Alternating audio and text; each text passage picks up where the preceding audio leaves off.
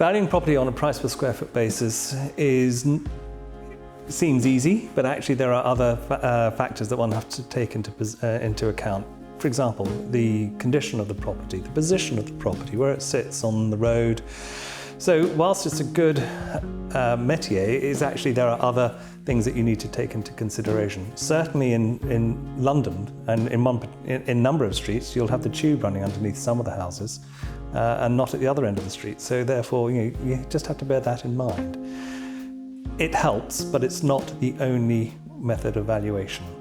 Your first instincts as to what something is worth should just be based on your experience, and you just check it.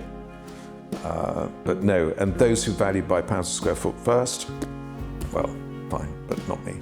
So I think valuing it at pounds per square foot basis is a good starting point for valuing a property, and I think it gives you a good guide.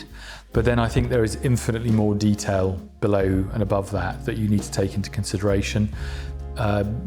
Not just which street it's on, but which part of the street it's on, which side of the street it's on, can vary the value enormously, which way your garden faces.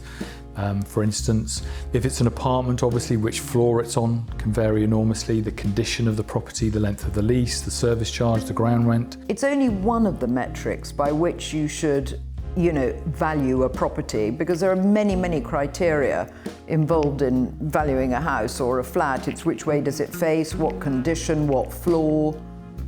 So it's only one of the metrics. I think people get too hung up on pound per square foot ratio myself. So valuing at price per square foot is a very good way to price a property, but it's not the only way. It's an important tool, as is it refurbished or is it needing a lot of work? None of these factors can be taken in isolation, but a lot of clients will look at price per square foot as the determining factor, especially those from a finance background, very, very clear that this is what matters to them, is price per square foot. Valuing property on a pounds per square foot is definitely not the only way property should be valued, but it is important.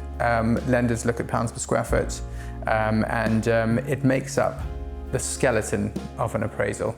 But it's most certainly not the only thing that one should look at when valuing a property, and I think that's a mistake that a lot of agents make. And a lot of vendors think, everything's pounds per square foot in my area, therefore my house is worth the same as this other one that sold for X pounds per square foot, and that is simply just not the case. That's a very good template, but in the areas that we work in, there are period buildings, and a certain street, literally adjoining another street, might be much more desired. So you use the price per square foot as a template and then add on what I call padding after that, depending on the features of the property. Valuing at a price per square foot is a good way to value a property, except that in this market, make sure that the information is no more than 3 months old, because things are changing rapidly. So valuing at pounds per square foot is a good indication of a property value, but it is not the only way to value a property. One has to take into account location, size, and quality of the property as well. So it's an indication. Well, look, I do use pounds per square foot all the time, but the reality is that it's probably one of half a dozen component parts when you're valuing a property. I think the surveyors have to take it very seriously, but as an agent marketing a property, there are all sorts of other factors.